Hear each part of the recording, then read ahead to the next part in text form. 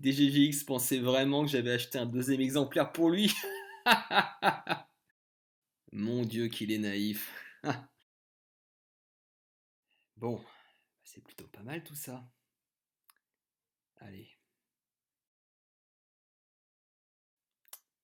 Hmm, hmm. Bon, c'est peut-être un peu trop, non? Allez, ça se tente. Les gens sont tellement cons. Salut les mecs, salut les bolosses. Merde, c'est qui? Bolosses.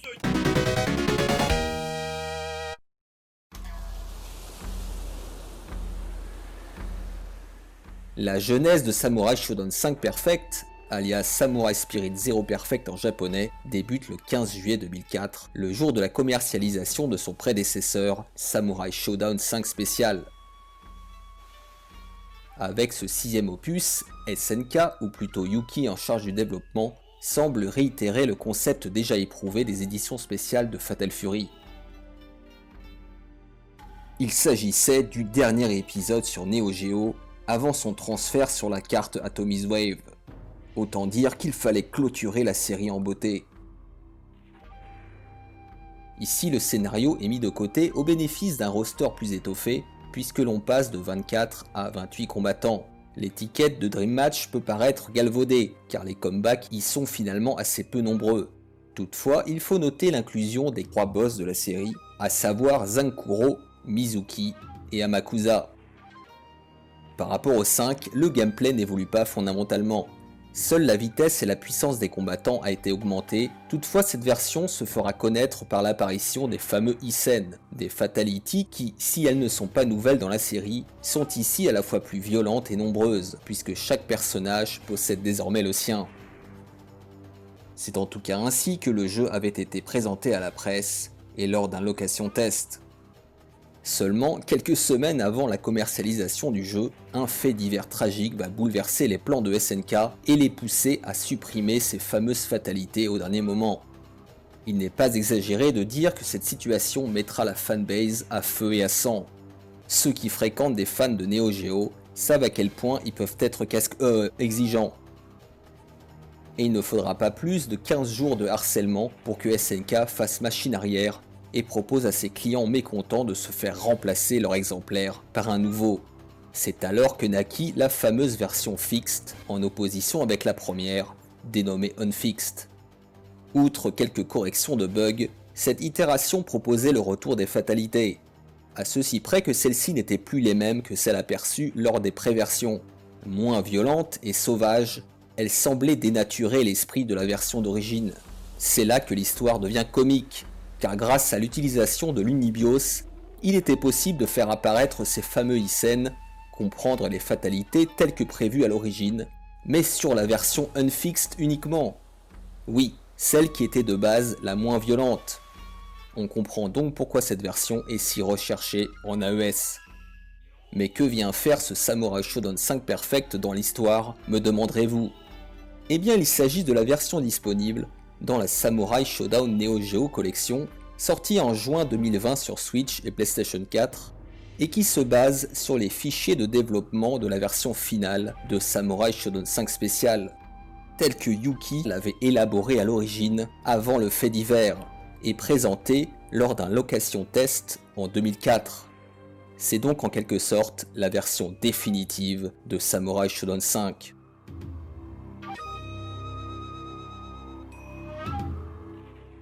Que propose-t-elle de plus à part les Isen, déjà disponibles dans la réédition de Samurai Shodown 5 Special sur PS4 et Vita en 2017, soit dit en passant? Eh bien, une nouvelle histoire pour chaque personnage, une version anglaise, des dézooms optimisés, de nouvelles cinématiques, un nouvel équilibrage, et dans le registre des petits détails, la barre de vie est de couleurs différentes, ainsi que certains costumes.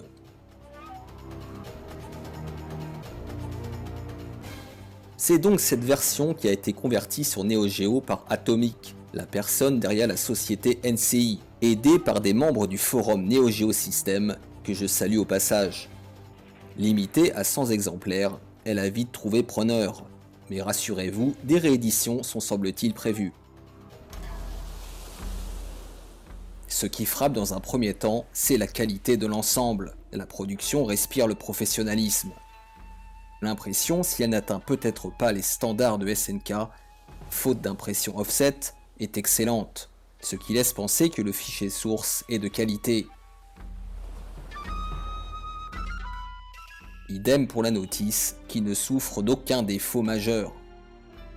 C'est vraiment un bel objet, que je vais m'empresser de vendre sur eBay, de mettre sur mon étagère. Mais trêve de blabla, il est temps de tester la bête.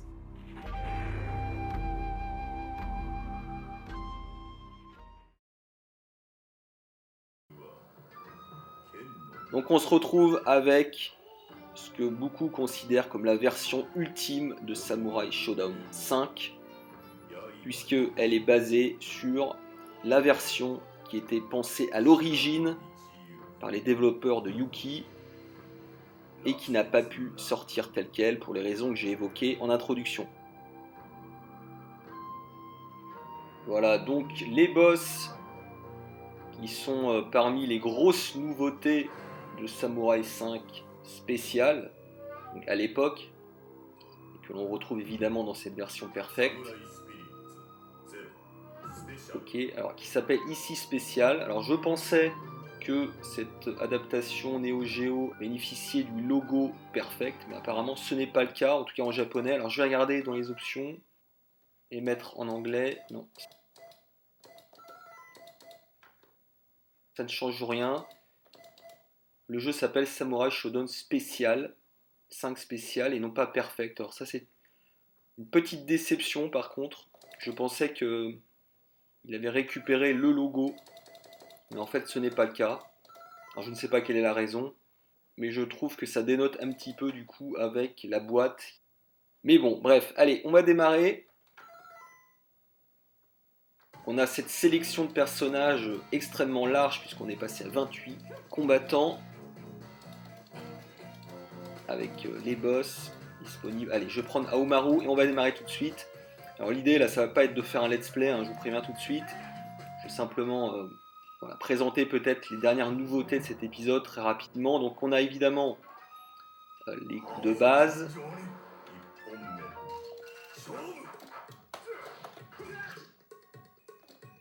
Alors le bouton A, ce sont les coups faibles. Le bouton B, les coups moyens. A plus B, ce sont les coups forts. Le bouton C sert au coup de pied. Et puis vous avez le bouton D qui permet de faire des esquives. Voilà. Donc on retrouve le gameplay globalement, hein, sauf pour les experts qui verront les nuances, avec les coups spéciaux habituels de Aomaru. Hein, je ne vais pas tous les présenter.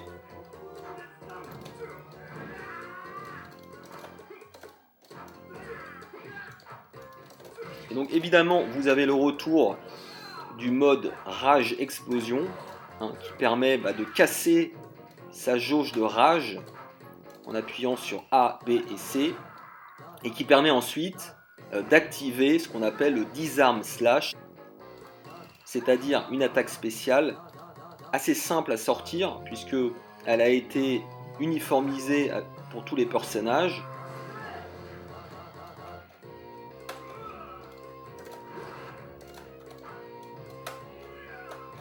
Donc il suffit de faire quart de cercle vers l'arrière plus C et D. Voilà, c'est assez puissant.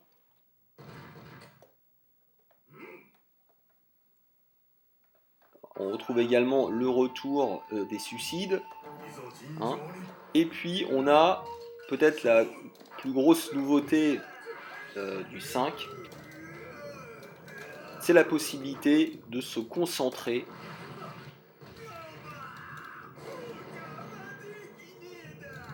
Alors en fait, en appuyant sur D, vous vous concentrez, vous avez la possibilité de basculer l'énergie accumulée dans la jauge de rage au travers du petit triangle qui apparaît en haut, au niveau de la barre de vie, et qui va se déplacer Et en fait, lorsque ce petit triangle sera au niveau de votre barre de vie, eh bien, la barre de vie va devenir bleue. Et c'est à ce moment-là que vous pourrez activer de nouveaux coups qui en l'occurrence s'appelle la concentration attaque.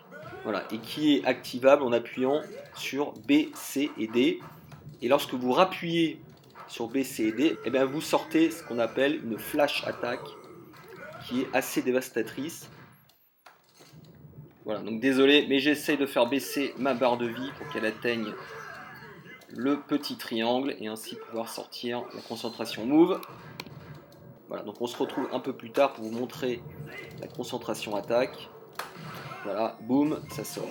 Et donc, l'autre nouveauté, ce sont évidemment les fameux overkill ou Isen qui sont connus pour leur violence.